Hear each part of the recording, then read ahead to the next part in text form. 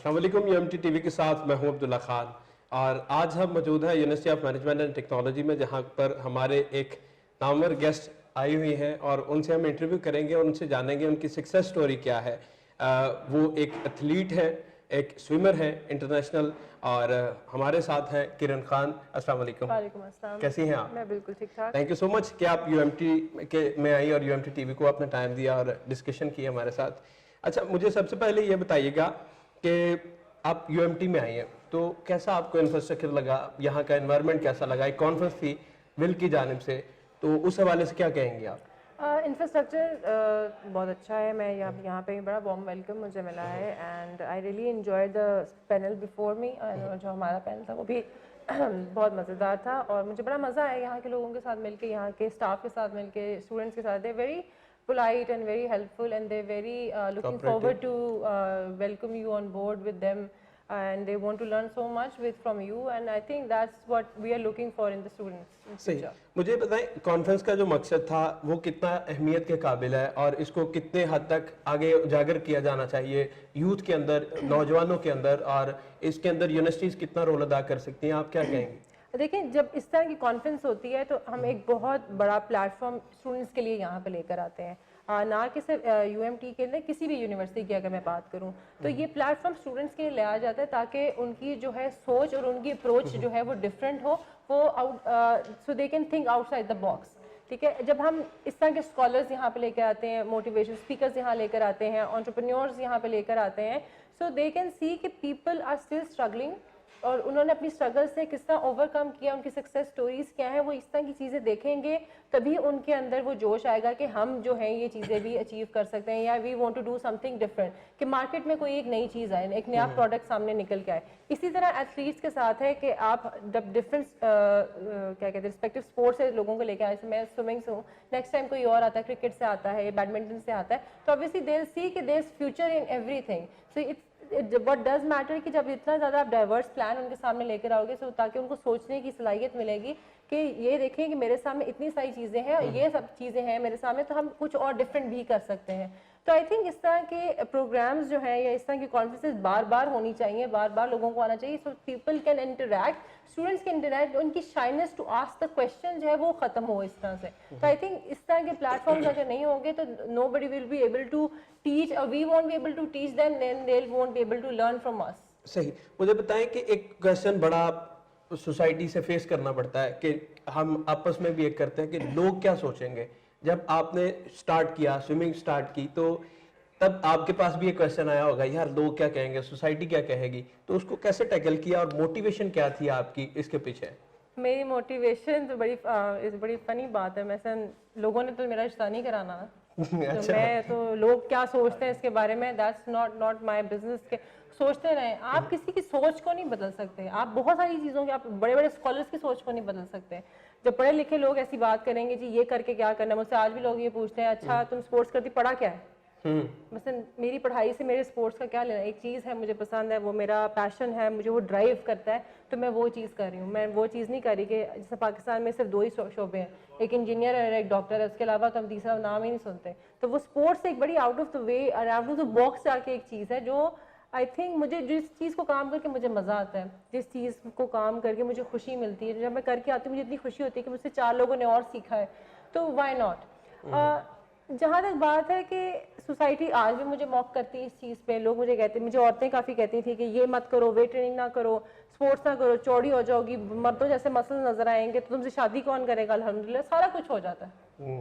ठीक है, अगर किसी जिसने शादी करनी होगी ना, वो आपके क्या कहते हैं मोटे देख के नहीं शादी करेगा, वो आपकी अपनी पर्सनालिटी भी कोई बंदे की होती है कि उसको भी देख के शादी कर सकता है।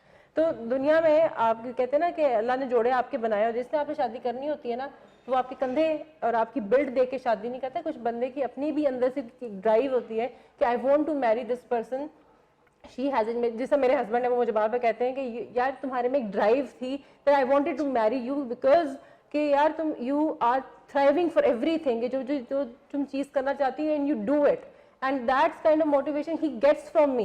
अच्छा, आप शादीशुदा हैं? सब ने देखा एक दफा कि यार मुझे ये बताइए कि अब सोसाइटी आपके बारे में कहती है कि यार लोग क्या सोचेंगे, ये मोटिवेशन के यार कैसे आपने किया कि मैं करूंगी? एक फैमिली प्रेशर आता है कि भाई नहीं करेगी ये, लड़कियों का क्या काम है बाहर जाना और ऐसे काम करना, फिर तो मर्दों के साथ काम करना, तो हमें नहीं अच्छा लगेगा, आप घर बैठो। तो कितना प्रेशर था आपके ऊपर? मेरे पे कोई प्रेशर नहीं था। आई थिंक सारा प्रेशर जो है वो मेरे फादर ने खुद हैंडल किया है।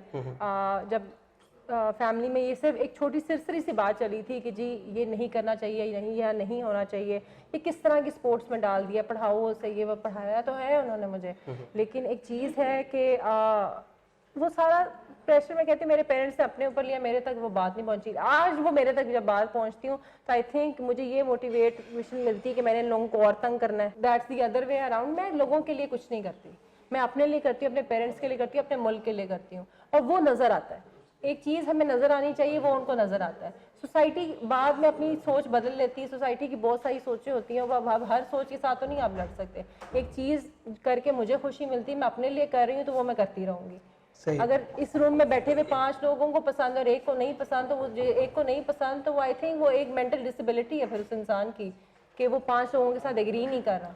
सही। मुझे बताएं कि आपने पाकिस्तान को इंटरनेशनल लेवल पे प्रेजेंट किया, वहाँ पर पाकिस्तान को मनवाया, मेडल्स जीते, ओलंपिक्स में आप विन किया।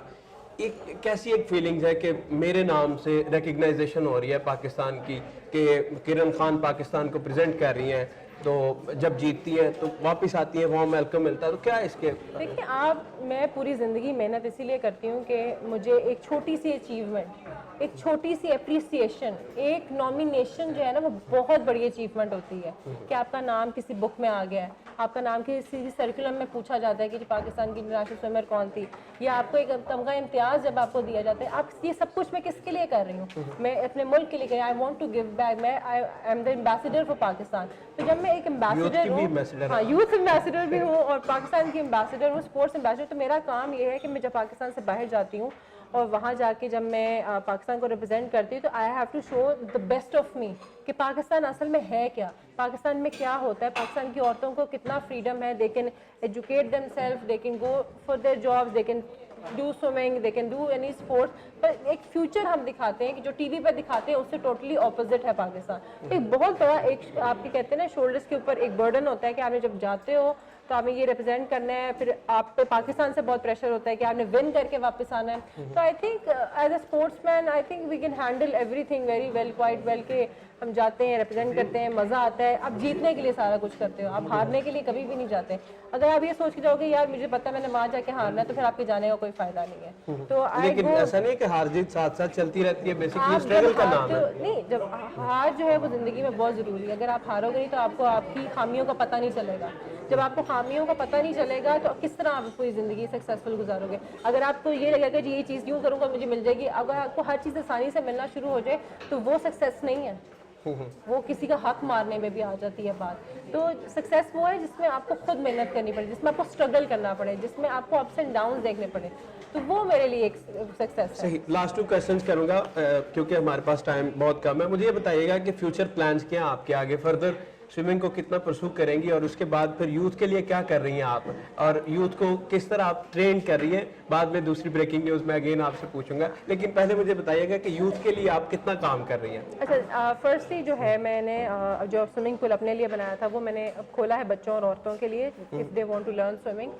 बच्चों के लिए वो जो कम्पिटेटिव स्विमिंग करना चाहते हैं, और औरतों के लिए वो जो एक स्विमिंग सीखना चाहती हैं फॉर हेल्दी लाइफस्टाइल। ये मेरी कंट्रीब्यूशन है towards kids and women. Youth के लिए है कि यूनिवर्सिटीज़ मुझे हायर करती हैं टू ट्रेन देयर, जिनके पास स्विमिंग पूल है वो लड़कियों को मैं ट्रेनिंग कराती हूँ 3 months period of time, 2 months period of time, they hire me for that. दूसरी ये है कि इससे ज़्यादा जितना मैं कर सकती हूँ, जितना मेरा अपनी रीच में है और जितना मेरे कंफर्ट जोन के अंदर है उतना तो मैं कर सकती हूँ, क्योंकि मैंने अपने आप को भी टाइम देना है, क्योंकि मेरी अपनी स्पोर्ट्स भी चल रही है। स्विमिंग मैं तब तक परस्यू करूँगी जब तक मैं कर सकती हूँ, जब मुझे अंदर से मेरा आवाज़ आएगी कि नहीं किरण अब बस, तो उस दिन शायद मैं बस करूँगी। लेकिन I am doing coaching, I am mentoring and I am running my own swimming academy, तो I think that's about it for right now. सही। वो एक बुजुर्ग थे, उन्होंने कहा यार किसी के लिए कोई क्या कर सकता है, इतना ही है कि किसी को कोई हौसला दे दे कि यार आप काम कर सकते हो, yes you can do that. तो ये एक बड़ा इंपॉर्टेंट चीज है कि किसी को अप्रिशिएट करना, किसी को स्ट्रगल के लिए मोटिवेट करना। मुझे बताएं, अभी आप यूएमटी में आई हैं और आपने वहां पर भी एक अनाउंसमेंट की कि आप यूएमटी के लिए भी एमओयू साइन कर रही हैं, वो क्या थी? ये लास्ट क्वेश्चन है और इसके बाद मैं वो कंक्लूड ये करना है चाहूँगा। कि मैं यूएमटी की जितनी भी स्पोर्ट्स में लोग हैं उन सबको मैं अपने अंडर ट्रेन करूंगी। यूएमटी में आएंगी आप? UMT so nice of you, thank you so much कि आपने टाइम दिया और सी यू सून इंशाल्लाह again and again. Thank you so much. Allah Hafiz. Thank you.